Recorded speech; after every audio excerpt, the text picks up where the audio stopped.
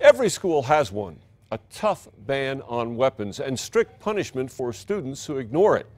But here's something you don't hear in this day and age. A school district that thinks its policy on bringing weapons to school is too harsh.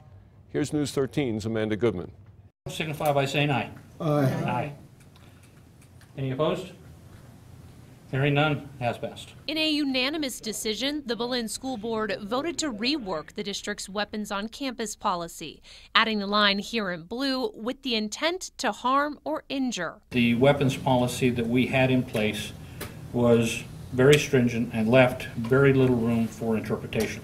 Before the change, intent was not a factor. Any weapon, real or fake, brought onto school grounds would result in the student being suspended for at least a year. Board President Sam Chavez says enforcing such a rigid policy came with some unintended consequences. We had kids that were missing a lot of school. The only way around a suspension was if the superintendent himself intervened, which he did earlier this year after a kindergartner brought a 2-inch plastic toy gun to school to play with. Here we have a kindergarten student who didn't understand any of that, and we're looking at expulsion.